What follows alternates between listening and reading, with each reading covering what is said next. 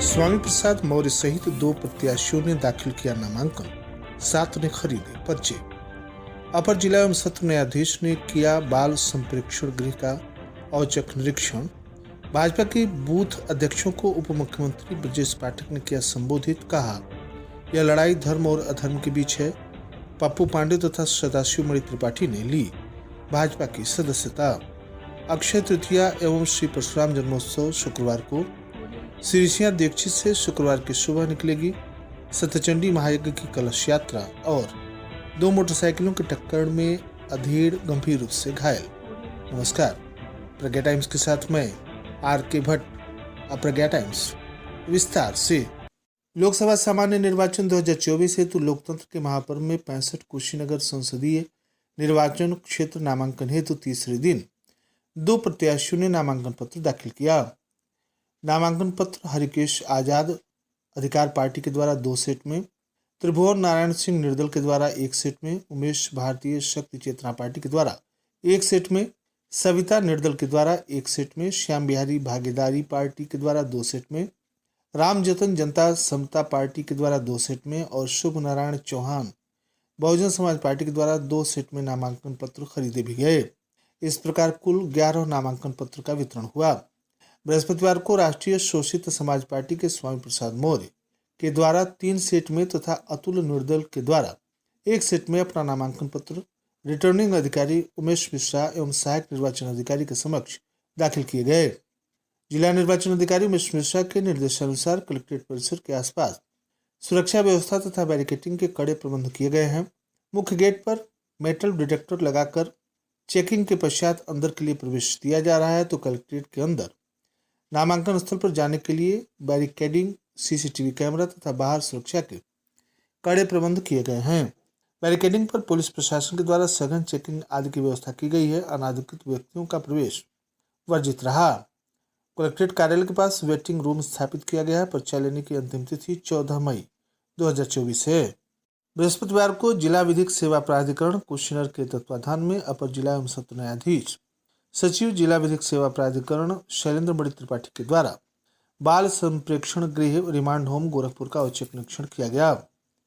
औचक निरीक्षण के दौरान वहां रह रहे किशोर अपचारियों से उनके स्वास्थ्य तथा बाल संप्रेक्षण गृह की सुविधाओं के बारे में बात की गई।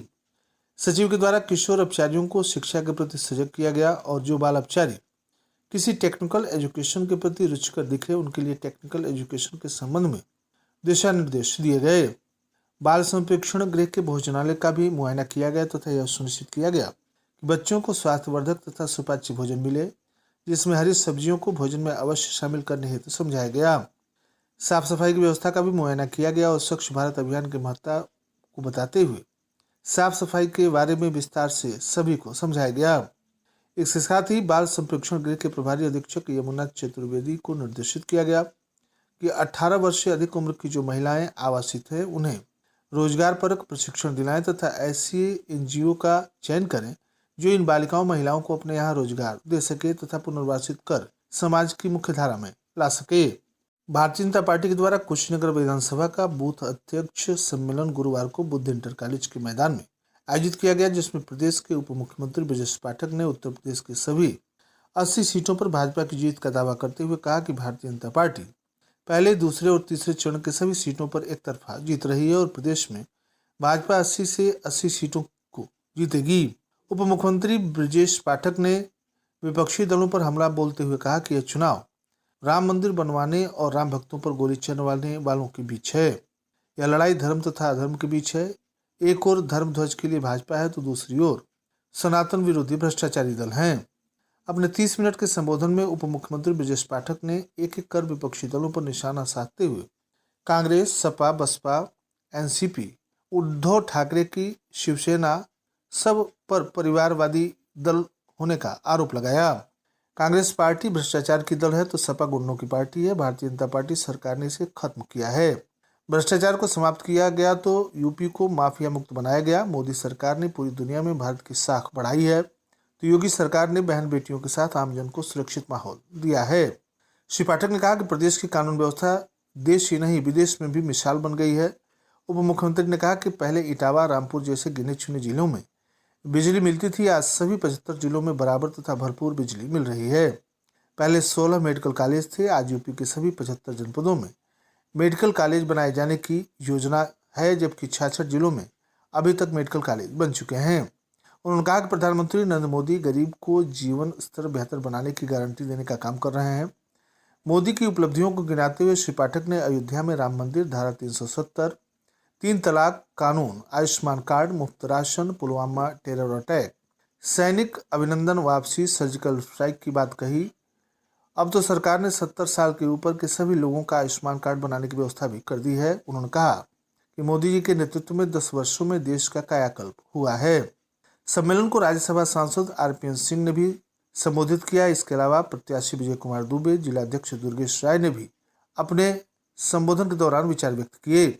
उप मुख्यमंत्री ब्रजेश पाठक की उपस्थिति में पूर्वांचल किसान यूनियन के अध्यक्ष पप्पू पांडे एवं नगर पालिका परिषद पटौना के पूर्व प्रत्याशी रहे सदाशिव मणि त्रिपाठी ने भाजपा की सदस्यता ग्रहण की।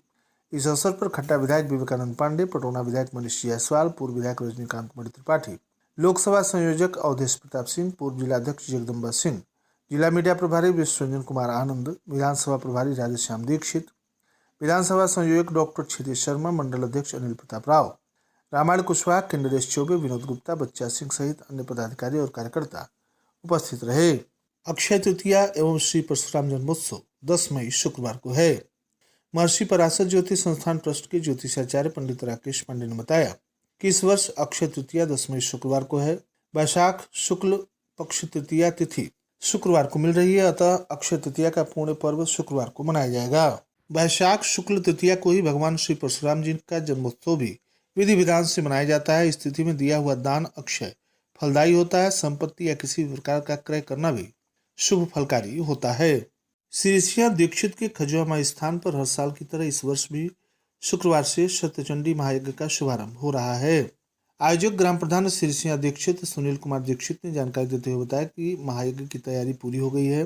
कलश यात्रा शुक्रवार की सुबह 8 बजे से निकलेगी, जो आधार छपरा, शिवाला टोला, दामदोपुर, राम जानकी मंदिर से होते हुए बढ़ारागंज शिव मंदिर होकर ससोलिया के रास्ते भटवलिया शिव मंदिर पोखरे पर पहुंचेगी, जहां जल भरा जाएगा। उसके बाद बसंतपुर यादव टोला, कुरिया टोला, बहादुरगंज के मध्य से खजुआ माई स्थान पर वापसी होगी। यज्ञ के मुख्य यजमान खजुआ माई स्थान के संरक्षक पंडित ज्ञान प्रकाश दीक्षित एवं उनकी पत्नी गीता देवी रहेंगी। रात्रि में रामलीला मंचन का भी कार्यक्रम आयोजित किया गया है।